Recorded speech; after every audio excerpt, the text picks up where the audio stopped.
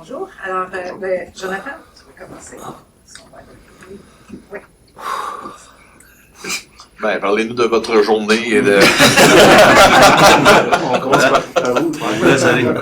Non, mais c'est ça, 4 défenseurs, des ailiers, pas de joueurs de centre par contre. Alors que c'était un besoin, c'est parce que c'était pas disponible ou il n'y en avait pas qui vous flashait au moment de parler.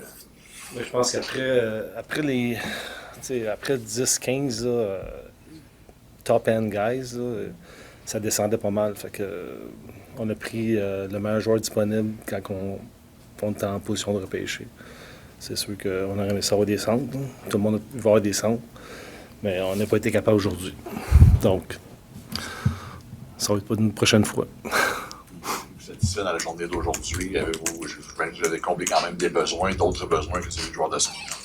Mais je pense qu'avoir repêché Runso, où est-ce qu'on l'a repêché, je pensais pas qu'il allait être là. Puis on s'est avancé. Puis c'est un droitier en plus. Donc c'est un gars qui a du 16, il patine bien, des longues enjambées, peut transporter la rondelle, fait de bonnes passes. Puis je pense que son potentiel il est intéressant. Alexandre? So, Nick, did you get your future Hall of Famer with the last pick of the draft? It was a big subject of conversation, having those three, right? And yeah, so when management likes to give us more work, it's more exciting. So it actually was kind of a conversation. Hey, who's got the more will? Because from late rounds, will wins, and so we're kind of trying to get some kids that have that quality covered. Can you guys clarify the contract status of Gleb Pugachev? Actually, apparently there's 2 years left on his contract. Is there a way out for him? Can you specify it? Well, yes, there are 2 years left, and his agent is very good at negotiating. We'll leave it to Dan to do it. It's flexible enough that a lot of different situations can unfold, and he knows what he's doing, and it's all about making sure the kid is ready at the right time to come over. It's a big change, so have to be mindful of timing on a number of different fronts. Alexis? Il y a quand même, en partant par Pugachev, il y a quand même un thème peut-être de robustesse de 16. Est-ce que c'était une mission claire que vous aviez cette année ou c'est un peu le fruit du hasard? Non, je pense que ça fait partie tout le temps. À toutes les années, on recherche des gars qui compétitionnent, des gars qui ont du caractère. Puis je pense que cette année, il y en a beaucoup. Tous les joueurs qu'on a repêchés, ils ont tous du caractère, ils compétitionnent tous. Donc, on est très contents de cette cuvée-là. Puis on espère que ça va aller bien dans le futur. Particulièrement avec Pugachev, hier, Kent Hughes parlait du fait qu'il était peut-être prêt, déjà grâce à sa maturité physique, entre autres la maturité de son jeu, pour vous, que vous parlez même, c'est ça, la possibilité de l'amener possiblement plus vite que dans 2 ans. À quel point vous voyez qu'il est proche d'être un joueur qui est capable de jouer dans la LNH, pour ceux qui sont des avec son gabarit, il a joué déjà dans le KHL, il a déjà joué contre des hommes, donc je pense qu'il va être prêt plus vite que d'autres, ça c'est sûr. I'll ask both of you, so I'll ask in English, but yesterday Ken spoke about Gleb, saying that he tried multiple times to trade up. Just how high did you guys have him on your list? High. And just, I guess, following up on that, you look at, rounds 2 to 4, we see a lot of big-bodied defensemen capable of moving the puck, all with different kinds of skills. Can you maybe talk about what sets each of them apart differently? You go first. Meaning our picks or just in general? Okay. So specifically, Runso, Cleves, and Klimke. Yeah, Klimke. Well, again, as Marty said, the D's are always in demand, and we always talk about different buckets and which ones are full and which ones are becoming more empty. So where the best fishing holes are, as we say, and it's different draft to draft. Sometimes a bucket of big forwards is might be fuller than on the D side. So in this case, it just so happened that the Ds were the best players at in particular spots, and obviously you want to create more depth, organizational depth in each position, and we approached it in a way that that depth, every organization needs that depth, and we happen to have pretty good depth right now, so it never hurts to have deeper pool. So we felt we addressed with each individual.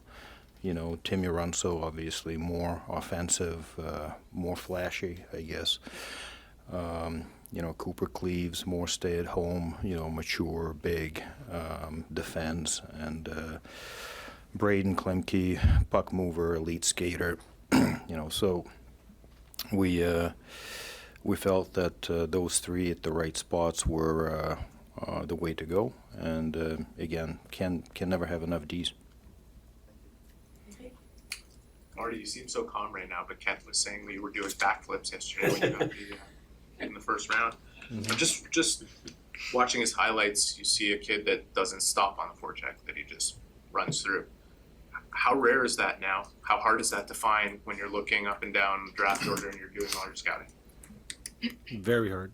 I mean, this guy's a unicorn. We love the way he plays, shift in, shift out. The details in his game at his age is rare.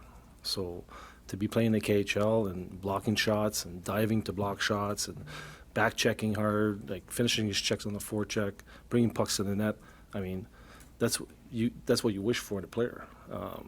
And we feel that this guy was the guy that we needed, and he was there, and I feel lucky to have him.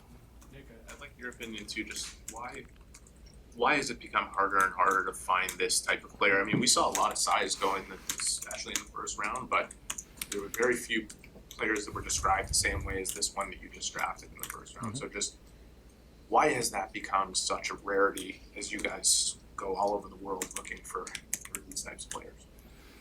Well, those of us, with kids playing, minor hockey, kind of see it. We all see what's happening. The game is all about skill camps and doing Michigans, right? So all these kids can do all these tricks at, 10, 11, 12, and nobody wants to do the heavy lifting anymore. So, the way minor hockey is going is becoming more and more rare to see players like that. And, not just in North America, but everywhere else. So when we see something that looks completely different from, 99% of the hockey world at every level, going all the way down to, minor, we get excited. And it doesn't happen that often anymore. It used to happen more often, and with each, I guess, cycle, whether it's, 5 years or decade, it's dwindling, and those guys are hard to get. C'est une question pour Martin. Cooper Cleaves, vous le connaissez, il était au camp l'an passé. Qu'est-ce qui s'est passé? De 19 ans, que vous ne faites pas de contrat à 20 ans, que là, vous le repêchez. Qu'est-ce qu'il a fait de bon cette année? Je pense qu'on a vu une belle progression. C'est un gars c'est un gros bonhomme qui est simple. Il fait sa première passe. Il est capable de jouer physique, capable de patiner avec la rondelle. Puis on aime son upside dans qu'est-ce qu'il va amener dans le futur. Donc, c'est un gros bonhomme. C'est un gros bonhomme qui est pesant, puis qui est capable de bouger avec la rondelle. Donc, c'est ça qu'on a aimé. Puis, on le voulait. Des gars que vous avez sélectionnés cette année, est-ce qu'ils vont tous être ici la semaine prochaine? La majeure partie, oui. Oui. Oui. Martin? Merci. Martin, qu'est-ce qui a été le facteur déterminant dans le fait que cette année, vous vous êtes concentré sur des gars plus physiques et plus gros? Est-ce qu'il y a eu un élément dans votre réflexion d'organisation qui a fait que vous êtes allé là? Mais je pense que tu peux jamais être trop physique, surtout dans les séries éliminatoires. On l'a tous vu. Donc, pour nous, c'est important que les jeunes compétitionnent. Puis le jeu physique, ça fait partie du hockey. Puis c'est sûr qu'en regardant, comme je le mentionne encore, en regardant les séries, tu peux jamais être trop physique. Fait que ça, c'est important pour nous. Puis on a adressé ce sujet-là, ça, c'est sûr. Le jeune Trottier a un nom qui résonne. J'aimerais que tu nous parles de lui un petit peu. Qu'est-ce que vous avez reconnu dans ses qualités? On entendait que c'est un jeune homme qui est intense. Qu'est-ce que tu peux nous dire sur lui? Ben Parker Trottier, c'est un petit gars que, à toutes les fois que moi et Nick, on allait voir le programme jouer, c'était tout le temps lui qui ressortait. C'était tout le temps lui qui était le plus consistant dans l'équipe. Et puis, d'un chiffre à l'autre, il jouait de la même manière. C'est un petit gars qui est travaillant, premier sur la rondelle, un petit gars qui a du caractère, puis sur une ligne, tu le vois, puis il veut faire la différence. C'est sûr que c'est pas le plus talentueux, mais c'est un col bleu, puis il vient pour jouer à tous les chiffres, à tous les matchs, puis c'est ça qu'on aimait de lui. Puis quand Nick a parlé au téléphone, le petit gars pleurait. Là. Fait que, tu sais, je pense qu'il était émotif, puis il y a de quoi être émotif. Tu es repêché par une équipe, les Canadiens de Montréal, puis je pense qu'il était très, très content. Nick, just wanted to clear something up. I mean, we just spoke to Gleb. He said he didn't see you this season in Russia. Well, did you get live viewings on him the year before, or what's been your history with following him over the years? Yeah, we started following him last summer. No, even before last summer, during his MHL playoffs, because he was really good, and he did a lot last playoffs. So we tracked that, and then we saw him in Florida at Danny's camp when we saw Jorovsky and the rest. So he was impressive there.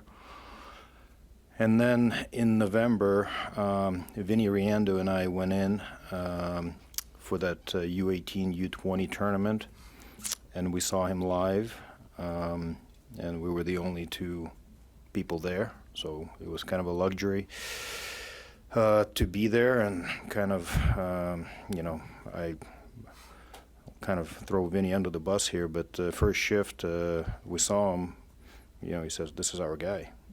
And, he set the tone, beelined at a guy, almost put him in 10th row, and then just did it over and over and over again.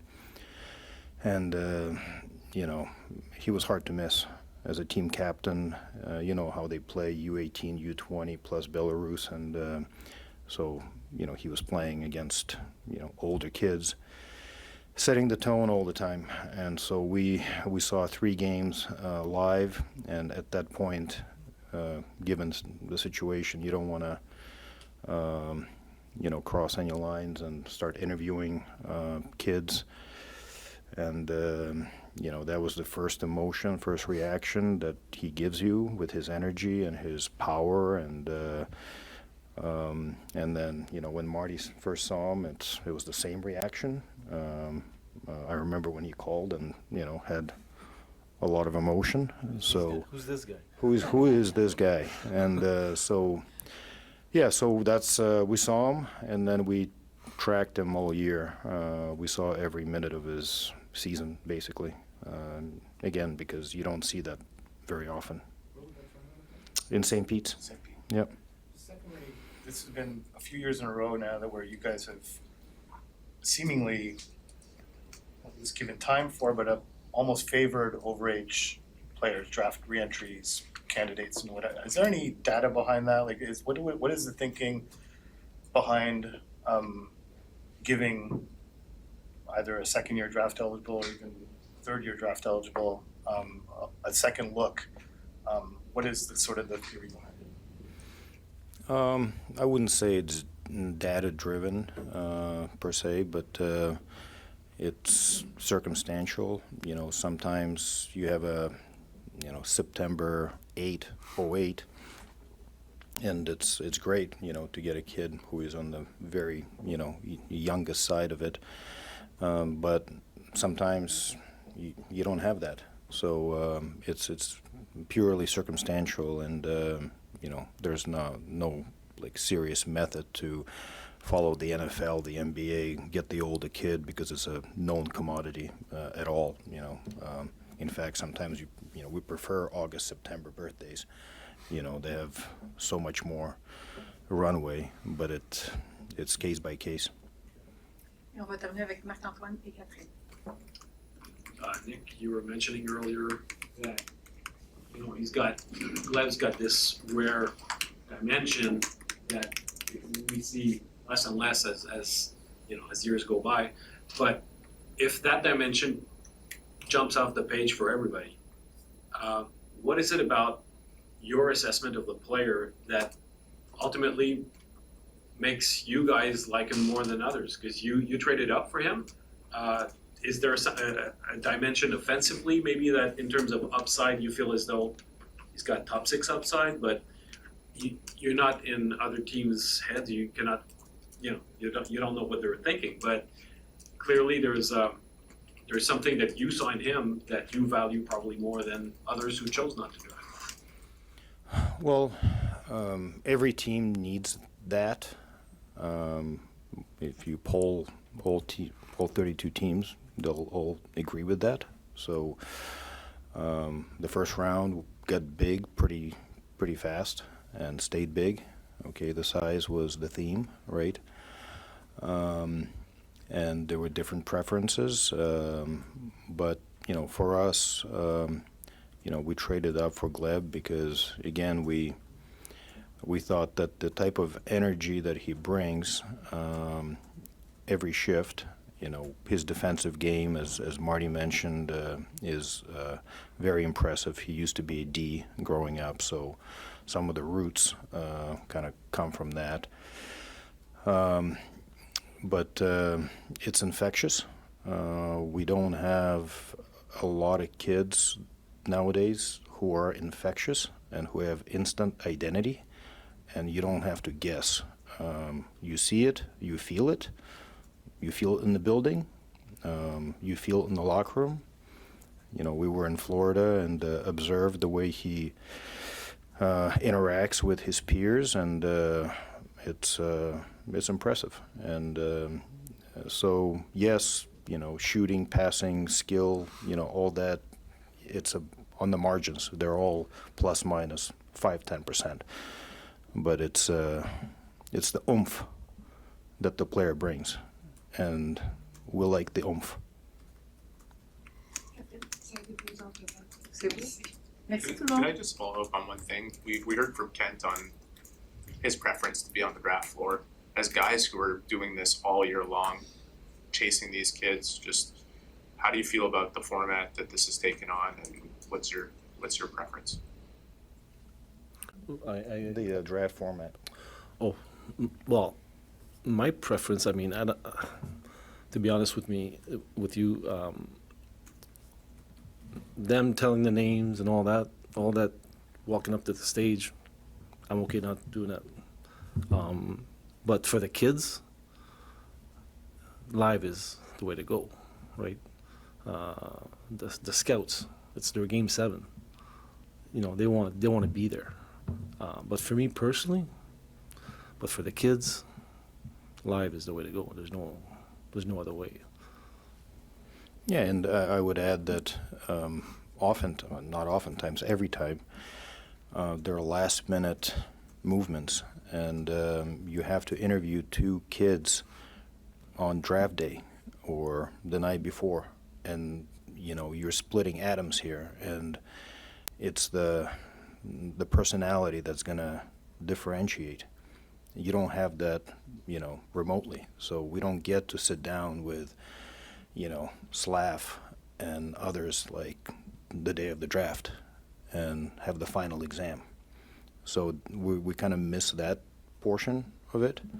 And obviously the kids, I think they did a much better job this time with the kids having that experience than last year. But for us, it's the feel and the touch and the final interview that's lacking.